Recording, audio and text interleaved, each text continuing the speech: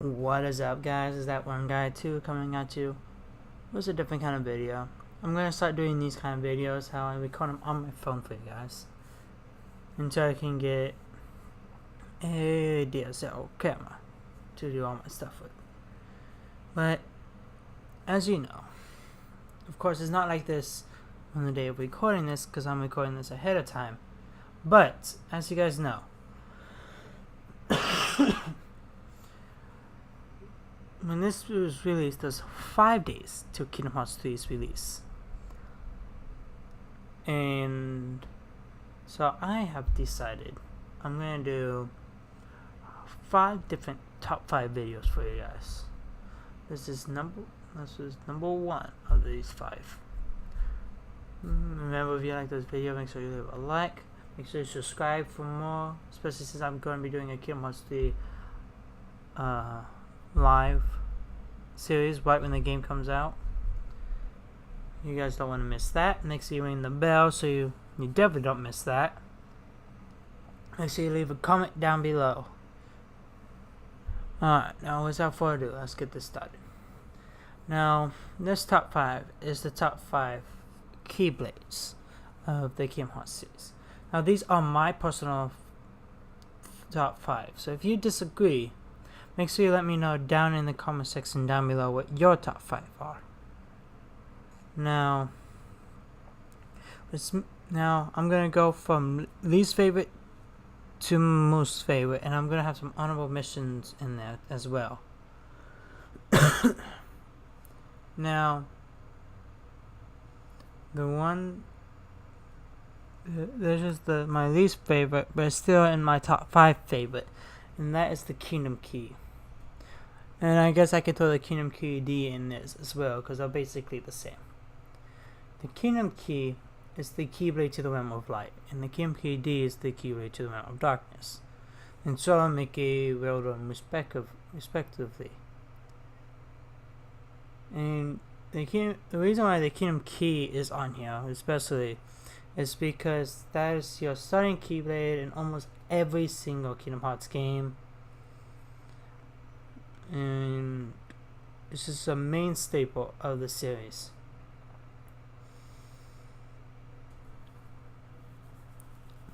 The series would not be how it is if it was not for the Kingdom Key. Now, number 4. Number 4 goes to... This is actually a Kingdom Hearts 3 Keyblade, and that is the Braveheart. We don't know much about this Keyblade. We just know that it's built by Riku now. And something happened to one of his previous Keyblades. His way to Dawn. We have no idea what happened to it. And all we know is that it broke. We don't know how it broke or anything like that. But I'm excited to see where this Keyblade is gonna go. Like, some people hate on this Keyblade because it looks like a card key, but I think I started thinking like that. But as time goes on, I was thinking that it was actually looking nice and clean. So that's why this Keyblade is in my top 5. Now, number 3 is technically 2 Keyblades grouped together because they're both on the spot for the same reason. And that is the Oathkeeper and Oblivion. Oathkeeper and Oblivion are basically the Keyblades that show how close of a bond Sora has with Kairi and Riku. Kairi is the Oathkeeper, Riku is Oblivion.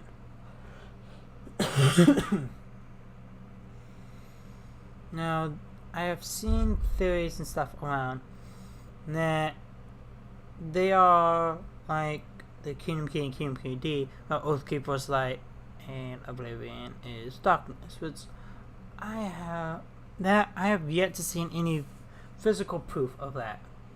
But this is not about theories. It's about facts. remember when I first got the Oath Keeper back when I was really young, playing Kingdom Hearts 1 for the first time.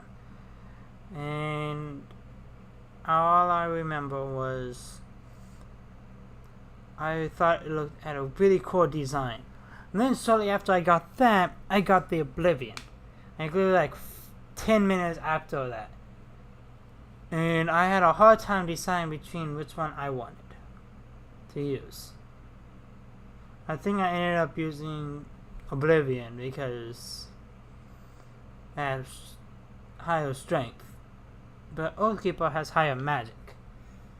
So they are pretty equal.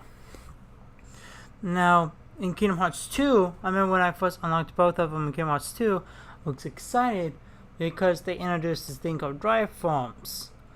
And most of the Drive Forms allow you to build 2 KeyBlades. And so I could build both of them at once. Okay, now my number 2 is also another KeyBlade that was introduced in Kingdom Hearts 2. And that is the Deceptive Pumpkin. And that one, first of all, it is the Halloween Town KeyBlade for Kingdom Hearts 2. And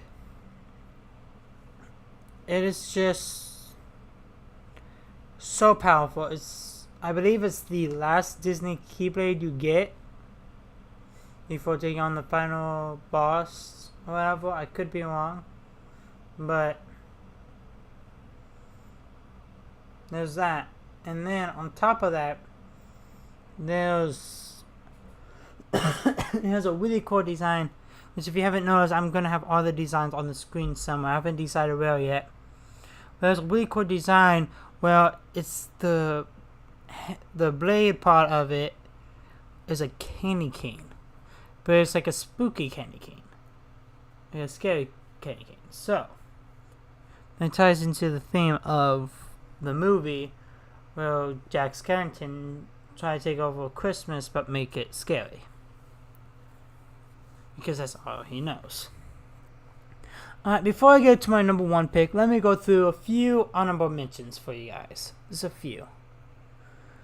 The first one is one that we saw at the end of Dream Drop Distance that Sora doesn't use.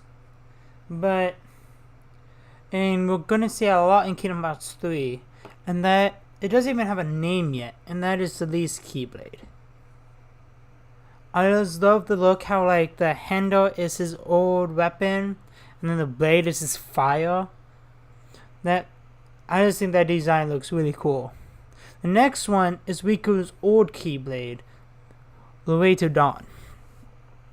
Now that one really for sure shows how Riku is in Kingdom Hearts 2, where he uses the darkness a lot. Now, my next 3 actually, these are the last 3 of my honorable mentions, and those 3 all come from one game, and that is Birth by Sleep. Now, the first, I'm just going to say these in, there's no specific order that I like this one more, the other ones these. I like all these honorable mentions the same. End of the Earth. That is Terra's Keyblade. I believe it's his upgraded Keyblade, I believe. And it just has a really cool earthy design to it, which is what his moveset is based around, is earth and ground and stuff like that. The next one is Stormfall, which has a really, really big magic boost, which if you can't tell, that's used by Aqua, and her upgrade was in a Pearl Keyblade. Then the final one is Wayward Ring, and that is Ventus's main Keyblade.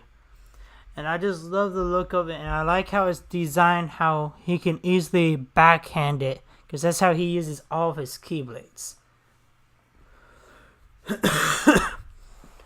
Alright guys, now it's time to get to my number 1 favorite Keyblade so far shown in the Kingdom Hearts series, and that is the Master Defender. Master Defender was Master Ericus's Keyblade, and possibly his masters before that. We don't know for a fact though. And he passed it on to Aqua. And at some point in Kingdom Hearts 3, Sora's gonna get it. And there's a lot of theories going around that this is gonna be Sora's new Keyblade. Like, he's not gonna use the Kingdom Key anymore, he's gonna use the Master Defender to start off with. Which, if that's the case, that'll be pretty cool. Because I love the look of the Master Defender. So with that being said, my dudes, this has been my first top 5 for these 5 days till Kingdom Hearts 3. I hope to catch you guys later. Peace. See ya.